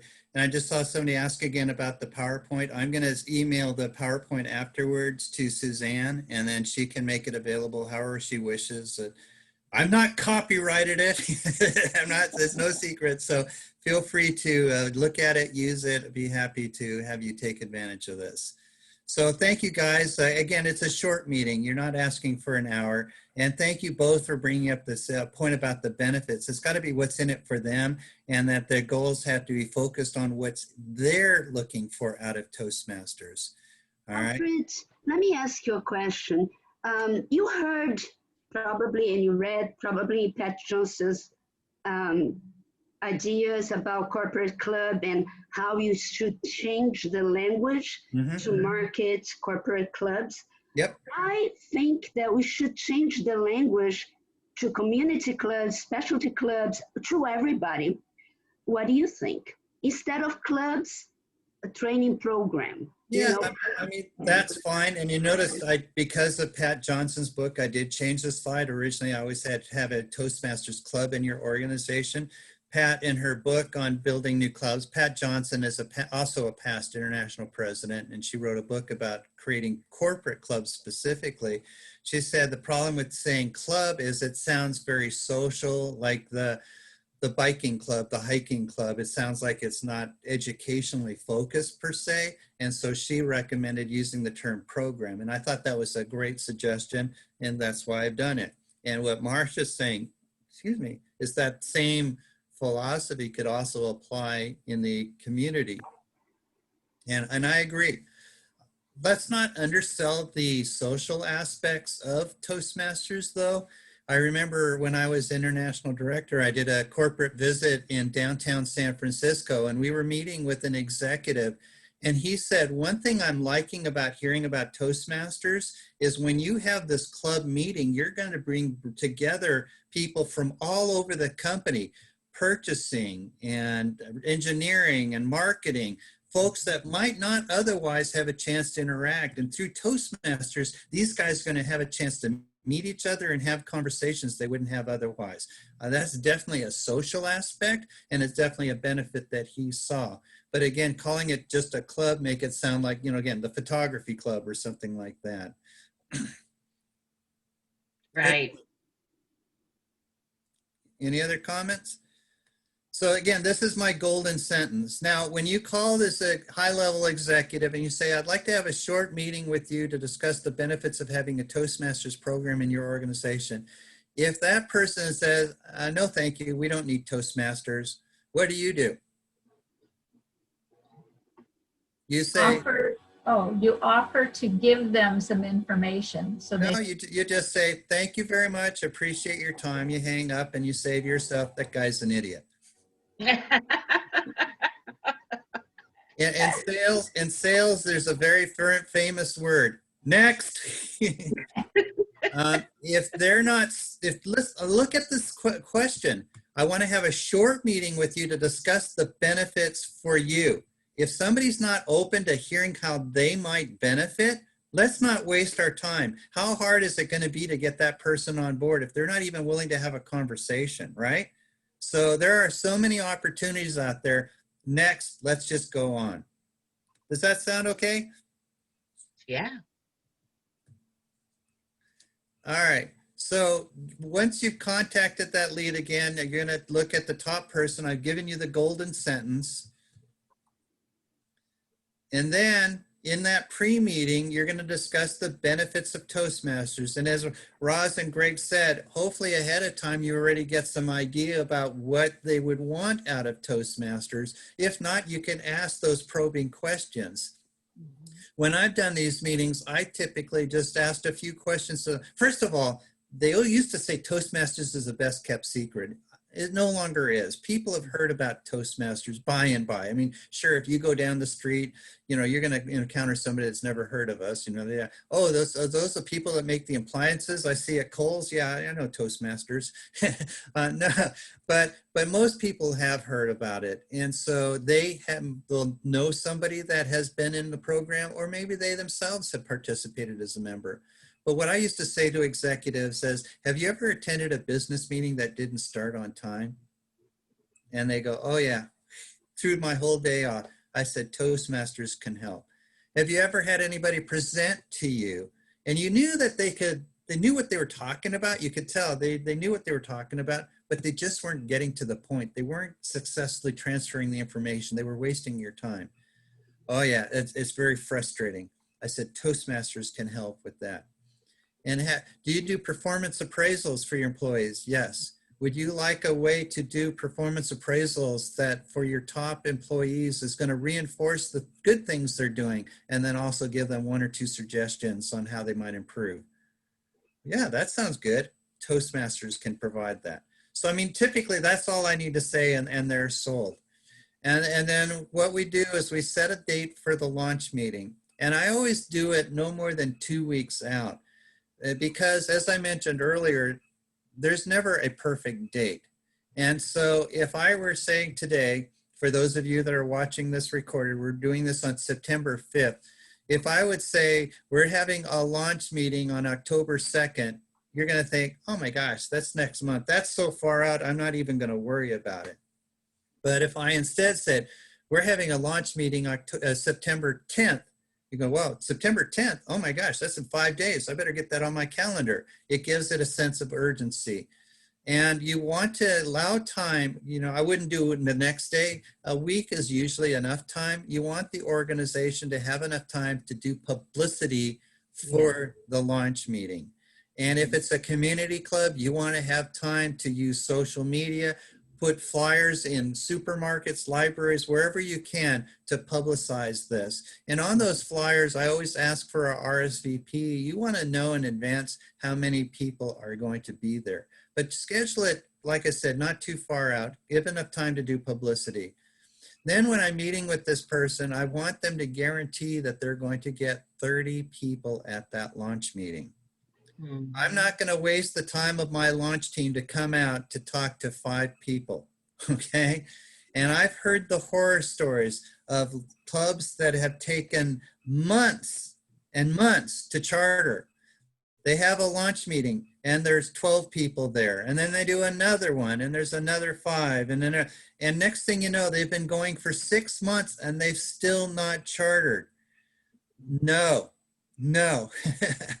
We want to launch in one meeting, and to do that, we want to have at least 30 people there. Why do I want 30 people at the launch meeting, guys? Then you can have 20 people sign up. Exactly. If I have 30 people there, chances are good I will get 20 to sign up. Now, full disclosure, you know, Alfred's an honest guy.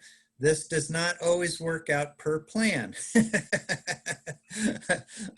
That last club I mentioned, I said that they were doing their launch meeting on June 20th. Did I mention that earlier? Okay. June 20th, that night, turned out to be Game 7 of the NBA playoffs. Oh, wow. And even though this gentleman had 35 RSVPs, only 15 people showed up that night. And out of the 15, we signed up 12, and a couple members of my launch team actually liked the group so much they ended up joining. I did too. You know, I was going to be their mentor. I joined, but we didn't have our 20 that night. And the next meeting would have been 4th of July weekend. Well, you know, we're not going to do it then. So the actual next meeting was July 15th. I told the gentleman internally that I was working with, if we don't have our 20 by the end of that July 15th July 15th meeting, I'm pulling the plug. We're not going to charter this club. But what he did was he followed up with the people that couldn't attend, and they signed up. And actually, even before our second meeting, we had our 20. And unfortunately for the district, we didn't charter that term, but we were the very first club of the district the following year. So full disclosure, it doesn't always happen exactly in one meeting, but typically, you know, it's right around there. It doesn't have to always happen right there. Alfred, can I add one thing on that? Yes, Greg. You know, one of the toughest things for a lot of people that conduct these launch meetings, and thank you for the new term, because my old days it was different, is to close the sale. And a lot of people are afraid of that. Yep. What does it do when you have a room of, for example, 36 people? The first time and I asked to close the sale, I had 17 people out of the 36 sign in. And I reinforced their decision by saying, welcome to the next, stepping up to the next level in your life as a Toastmaster, because now the opportunities are abundant and all the good things will happen. And so with that 17, I said 3 more and we're on our way. How many are going to be left out from this? And the very next meeting, I got the other 36, because not only did we say you're going to be left behind, but you closed the sale, you signed them up immediately, and they work with their peers and going, I want to be with you. I want to be part of what you're doing. And so it's all a positive way of approach of closing the sale. Beautiful, Greg. And we are going to talk more about that later, but thank you. That was awesome. Thank you. Right. So what you want to do is you want 30 people there, because we're going to charter at that meeting. You also want a quote or a statement of support for Toastmasters. Now, in today's corporate world, people are working so hard. People are working through lunch. And I know right now a lot of people are working from home still. But I mean, in those that are in the office, it's a crazy environment. So folks are not looking for extra activities. But if they see a quote of support from Toastmasters, that's going to get their attention. It's like, oh, maybe this is something I want to check out. When I've asked executives in this pre-meeting to give me a quote, almost all of them say yes. Occasionally there'll be a hesitation. And then I say this, I say, would it be okay if I drafted something for you? And when I say that, 100% have always said yes. And I'll get to that quote in a minute. Dues, you want to figure out what the organization is going to pay and what the members are going to pay. You need to have this known in advance. Some companies, because Toastmasters is so inexpensive, they see it as a great investment, and they're willing to pay 100% of the charter fees and the member fees for their members.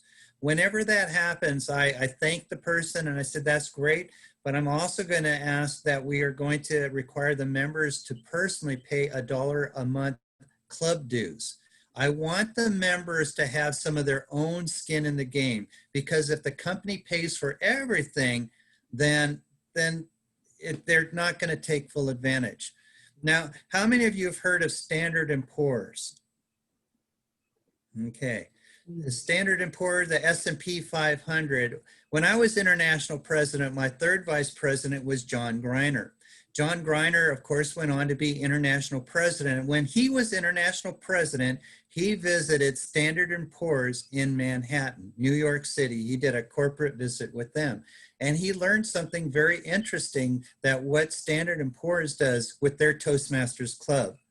When the members of the Standard & Poor's Club complete their Competent Communicator Award, or equivalent back then, the company pays them $1,000. So they weren't paying the fees up front, but if you finished the CC, you got $1,000. And if you think about it from a company standpoint, that's a great investment. Think about all the skills that person would have built to complete those 10 speeches. I mean, that was a great deal for the company. But then think about it from the member standpoint. I mean, how amazing would it be to get $1,000? I'm thinking to myself, there must be a waiting list to get into that club. I shared that story with another district, and the club chair contacted the person, and they didn't go for $1,000, but they ended up giving a cash award to people that completed the CC for their members too in the club. So again, there's always different things to do, but you need to know in advance what the company is going to pay so that you know how much the members are going to be paying. That has to be all worked out in advance. So when we discuss the benefits of Toastmasters, we're not going to discuss the features. We're not going to say we have table topics. No, you're going to talk about these benefits of Toastmasters. You're going to talk about, we teach impromptu speaking skills. We teach an amazing performance appraisal technique. We're going to teach you, your members, how to start and end meetings on time. And this is the closing statement I like to make with this. By having a Toastmasters program here in your company, your employees will improve their communication skills as they talk with your management team, their peers, and most importantly, your customers. Yeah, yeah. Alfred, can I just add one point to that? Yes, sir.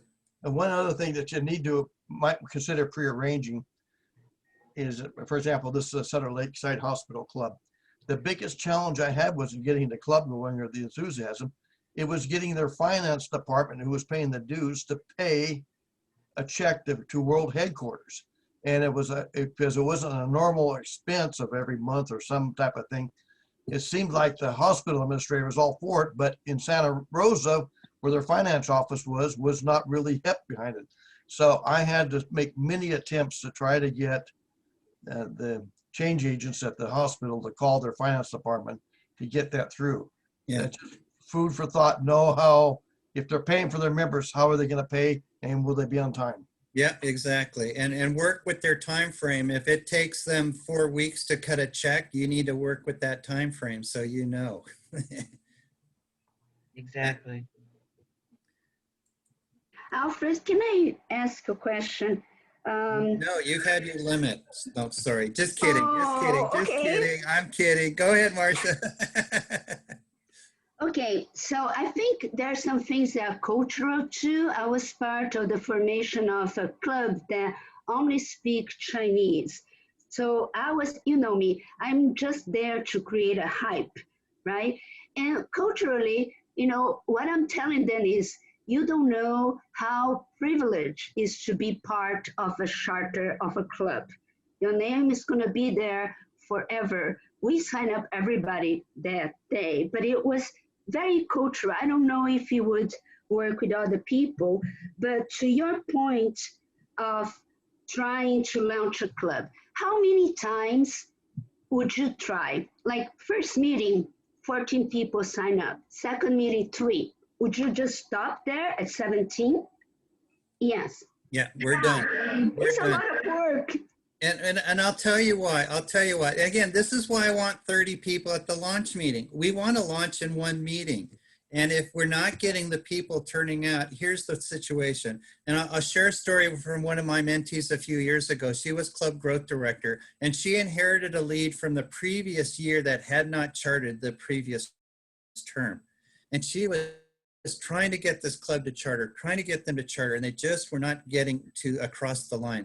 And I told her, I said, you need to give them a deadline. And I mean, like 2 meetings. Don't make it 6 meetings, but 2 meetings I think is reasonable. You either get to 20 or I'm pulling the plug.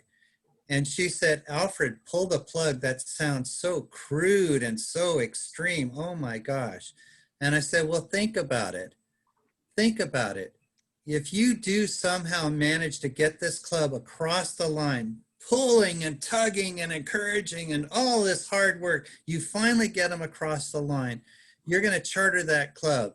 And they'll probably hang on a little bit the next year. Guess who's going to be district director the year they turn in their charter? I said, you're creating your own future problem.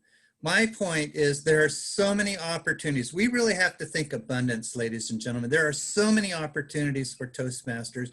You and I both know the benefits of this program, how amazing it is, how it changes people's lives. We have an amazing product that we are selling. And so we can do it with pride. If those people aren't excited when it's a brand new idea, we're just creating problems down the road for the district. We're going to create a low membership club down the road. So if they got 17, the next meeting they got 3, that would be the 20. But if it's 12 and then 14 and then 15 and no, and as a district team, you want to build 21 clubs. You don't have the time and energy to do that. We want to get it done and move on. Let's build our clubs by September 30th, have them all 21 built, and then we can spend the rest of the year supporting our existing clubs. Wouldn't that be awesome? Alfred, isn't this what you mean when you talk about sustainable clubs?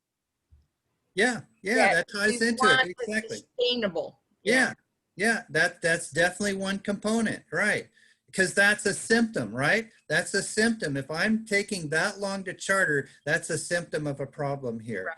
Now, for those people that were interested, what am I going to do? I'm not going to say, well, tough luck, you don't get Toastmasters. No, I'm going to direct them to other clubs that are already in existence and encourage them to join an existing club. So they are not going to lose out completely. It's just that organization is going to lose out. And of course, the future people that would have been joining that club are going to miss out. And one other point about the 20 or plus more is that when you start a new club, tell them, you're going to tell them about the Distinguished Club Program. And before the 10 different goals that you have, the first thing they have to understand, what is it to qualify? A membership number of 20. And I don't like the idea if you're down to 12 and you add 5 more, you make it, but that's the way it is. But again, that charter membership 20 number or more people is going to continue for the rest of the club's life, 20 members or more. Right. All right, I just checked my clock. I see I have 10 minutes, so I'm going to pick it up here. All right, so we're going to keep going. We talked about the pre-meeting. Again, there's the statement of support that you can use. This is the draft one that I always use. The skills you learn at Toastmasters will help you in your personal life and your career here at XYZ Corporation. I encourage you to check it out. Signed, the big boss, the CEO of the corporation. If you're an employee in a company and you get an email from the president, the CEO of the company that says, at the beginning, it says, we are having a launch meeting for a Toastmasters club next Tuesday morning in the Riverside conference room. Please come and check it out. You see this quote, are people going to come? You bet. Yeah. Now on the dues, I already talked about, you want to figure out what's going to be collected, but also when you're collecting the dues, you have to also collect the prorated portion initially. This is the biggest mistake districts make in chartering new clubs, is when they only collect the 6 months dues. Like right now, if I were to do that, we charter the club in September, guess what? At the end of the month, I'm coming back for October dues already. And they're going to go, what the heck? We just paid you. What's this deal? And I actually do the same thing with new members when they join the club. I'd rather have them pay $130 when they first join, because they're paying the prorated amount plus the full next 6 months. And I let them know, now your dues are paid through April of next year. Boom, you're done. And then when they come up for renewal, they're thinking, I paid $130, and next time, let's say it's $45 plus $1 per month club dues, so it's $51. You go, your renewal cost is $51. They go, hey, this is a bargain. But if you just charged them $40, you come back the next month and you ask them for $50, they're going to go, what's this kind of racket? It's all psychological. Moving to the launch team. How many people do you need to have to do a launch meeting?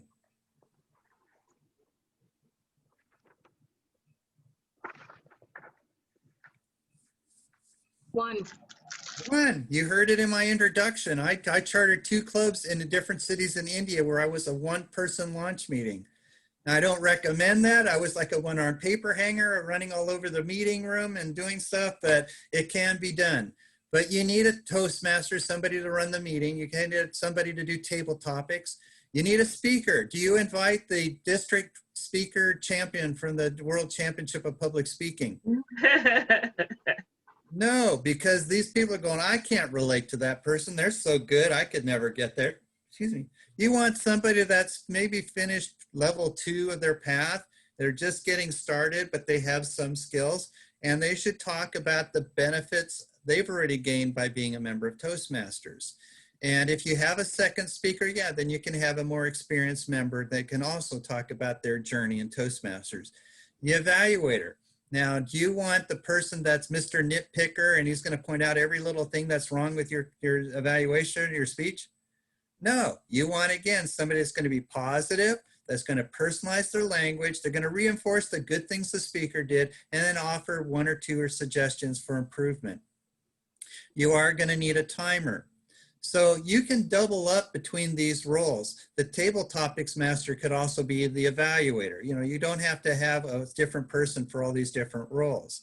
You don't need a general evaluator. You don't need a grammarian. You don't need all those other ancillary positions. In fact, the demonstration portion of the launch meeting should really be half an hour or less, because you want to allow time to answer questions at the end. And again, the sponsoring club, if the sponsor has a club, their home club, they can recruit people to participate like I did with mine. So again, it's an abbreviated Toastmasters meeting. I heard of a disaster launch meeting that was 90 minutes long and half the audience walked out after an hour. That's a mistake. You want to keep it short. You want to leave time to answer questions, collect payments, fill out the applications, get people signed up. And this is the point that was made by Greg earlier. You have to have the closer there. Somebody's going to ask that magic question, who's ready to join? And ideally, you already have some shills in the audience. I learned this from Roberta Perry, that you already have people in the audience prepared to say, I do, I'm joining. You create that excitement, that energy. You talk about the benefits of being a charter member, that it's a once in a lifetime opportunity for that club. Once this club chartered, nobody again in the history of this club is going to have that opportunity. And if somebody says, well, I don't have my checkbook or I don't have my credit card, I can't sign up today. It's like, that's okay. Marcia has her checkbook, and I'm sure that she'll let you join and you can reimburse her. And real quick, Alfred, I had photocopy pre-made applications filled out, so I put their information. So I had those things done right away, walking out of there. Yeah, exactly. Some people hand them out to people as they're coming into the room. They already have the application, everybody there. I don't, I keep it till the end, but again, there's no wrong way to do that, but just make sure you're prepared. And the key thing is you have to ask the question, who's ready to join? We are launching this club. Then of course, then you get into the club details. And again, we've covered that. So again, as we mentioned, the district has experts that can help with the paperwork. So don't let that be a concern, a worry for you. So I know this was a bit of a whirlwind. We covered a lot of materials. There are resources available for you, but it really is simple, and I broke it down step by step. So again, let's just quickly review. We mentioned at the beginning that the mission of the district put first things first. We build new clubs. Why? Because it's the only thing we directly control. We as a district can control members joining and leaving clubs. We can't control clubs being distinguished. We can only influence those things. We can support them, but we can't make it happen for them. Building clubs is the only thing we can directly control. So wouldn't it make sense that we as a district team would focus our energy and time on the thing that we can control? Doesn't that make sense, guys? Yes, yeah. Exactly. And so we said that area directors, we want you to own the goal of building a new club this term in your area. Not that you personally have to charter it, but we want you to own the goal. And we do want you to provide the lead. And again, that's a location, a contact's name, and how to get a hold of them. Hopefully a phone number, but an email will suffice as well. And if that lead doesn't pan out, we will be back. And I honestly believe within 2 hours, you will have that lead. When you visit your clubs, identify the sponsor and mentor. Once you've turned those over to the district team, if you want to be a part of the launch meeting, if you want to be a part of more of the process, you are certainly welcome. But don't feel like you have to personally charter the club. And again, there's support from the district that's available with you to help you with the brainstorming, to help you with the launch team, to help with the paperwork.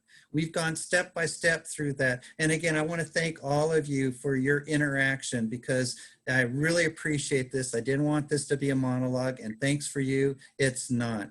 And so, ladies and gentlemen, that's it. You know, club building is basic to the mission of the district.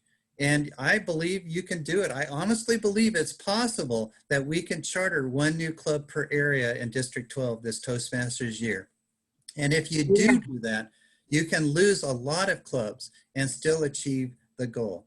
So fellow Toastmasters, I encourage you to take advantage of this opportunity, create a legacy, give the gift of Toastmasters to others, the gift that you personally have already benefited from.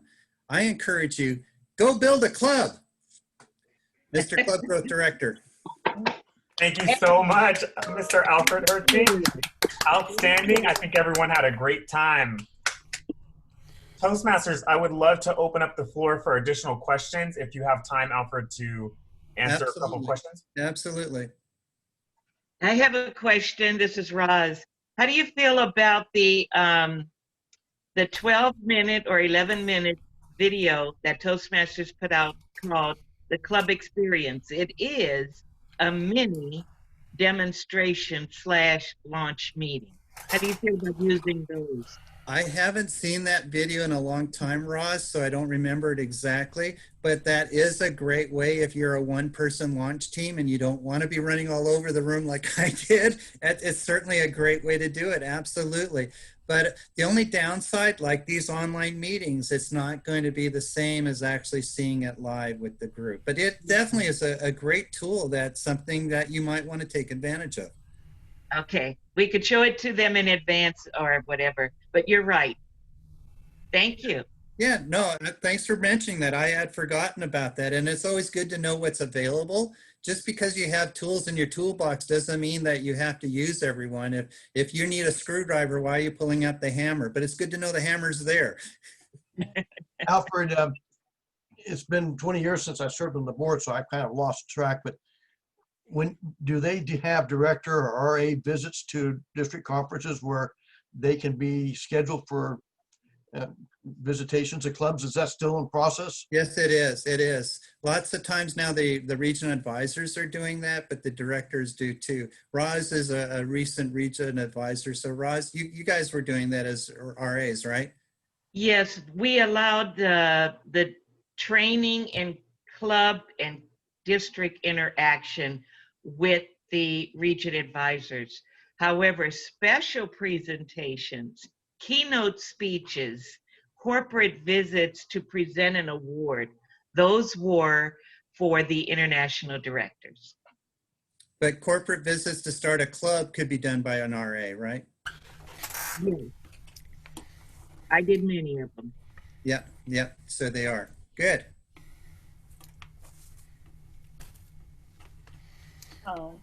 I have one question as a boomer. What we're using now for the virtual guest book is the chat to get their email. Is anybody else using email? I think that's probably the only one we can use, right? Yeah, I think that works within the club meeting. That's your only technique.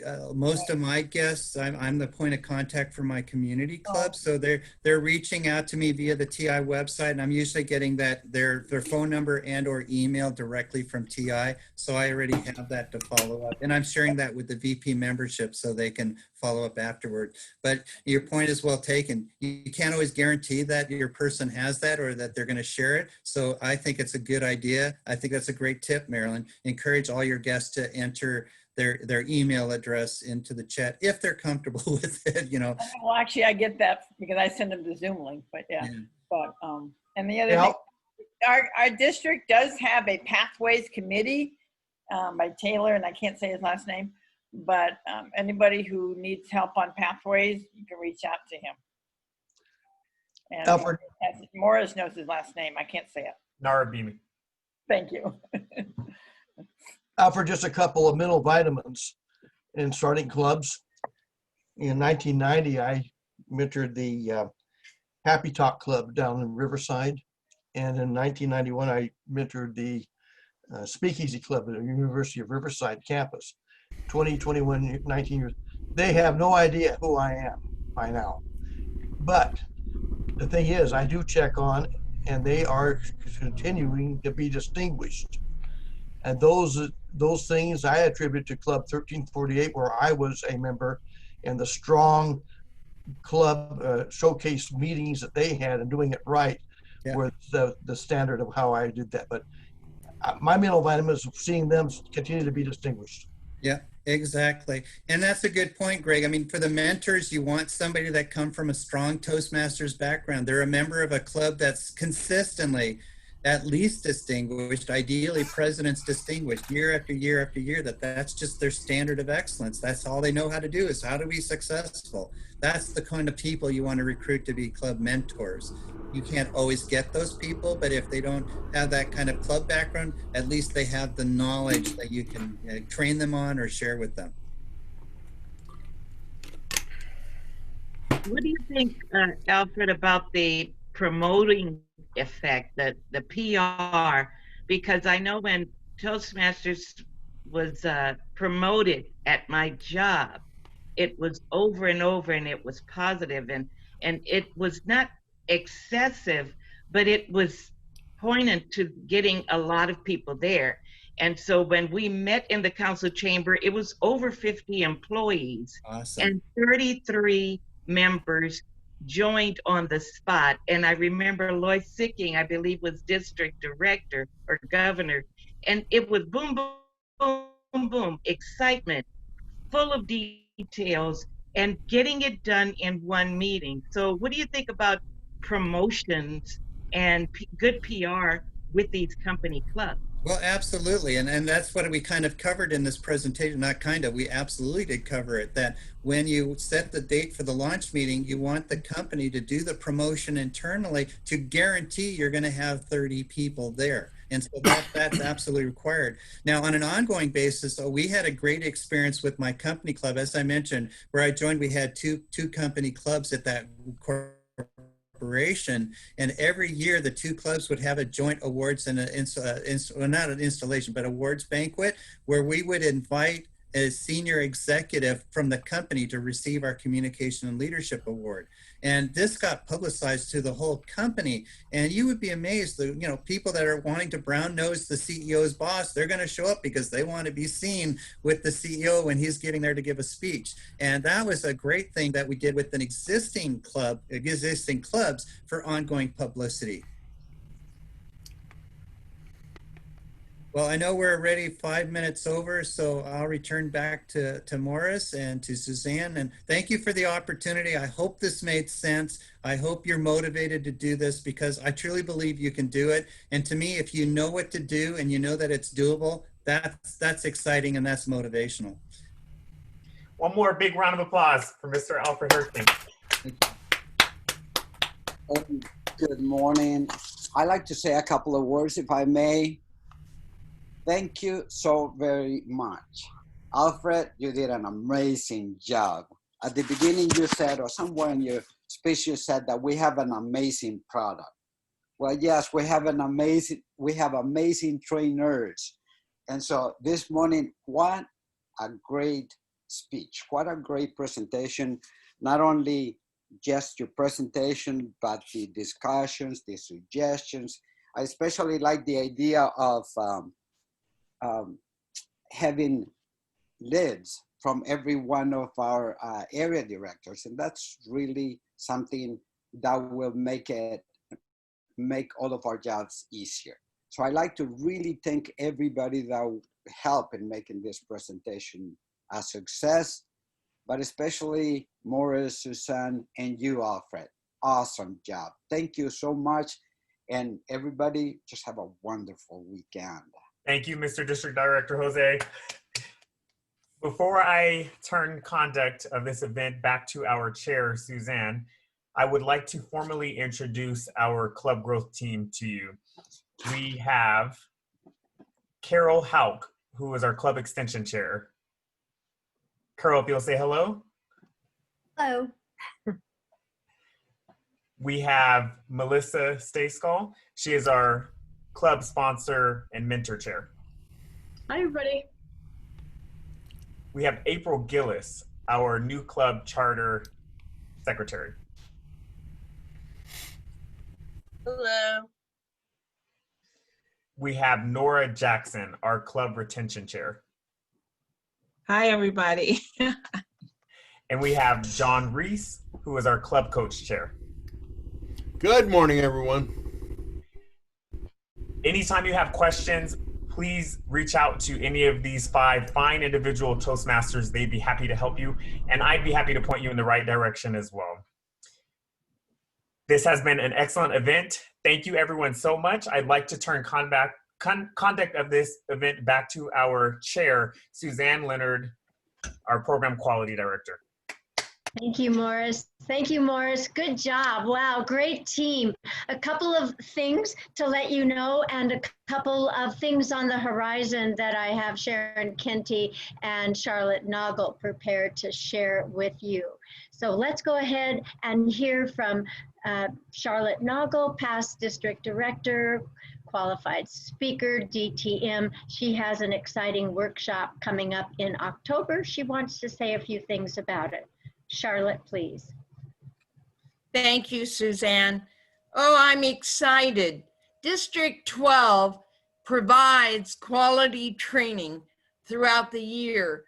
In order to continue to do that, we are holding a Train the Trainers session in October. Participants will be developing skills in working with adult learning. And it is interactive as well because we're virtually providing all the fun activities that we do on virtual. It'll be conducted in 2 parts.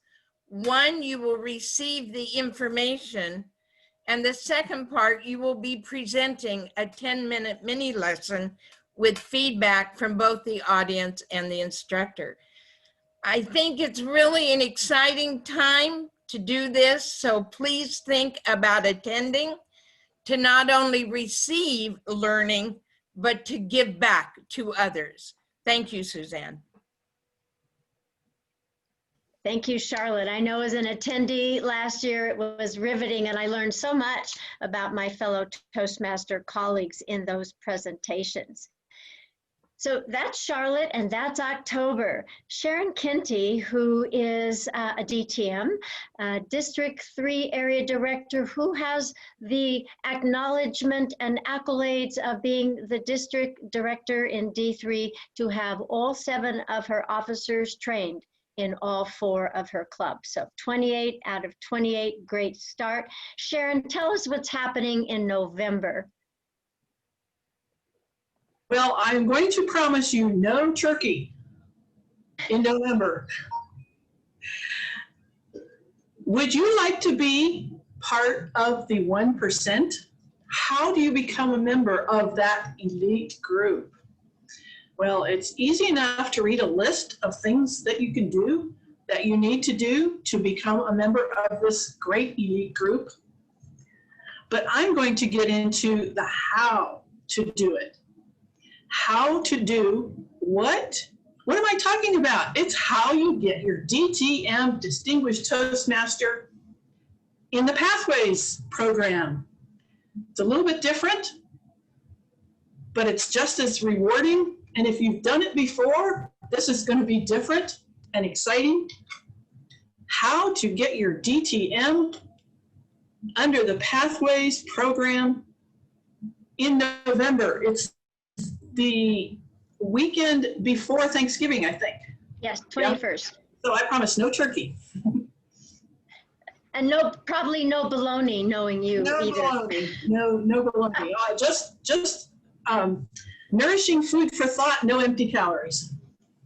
Excellent, excellent, excellent. Oh, I'm so thrilled that all of you chose to invest in yourself in these couple of hours that we've had with Alfred, and all of you contributing some wise and wonderful things.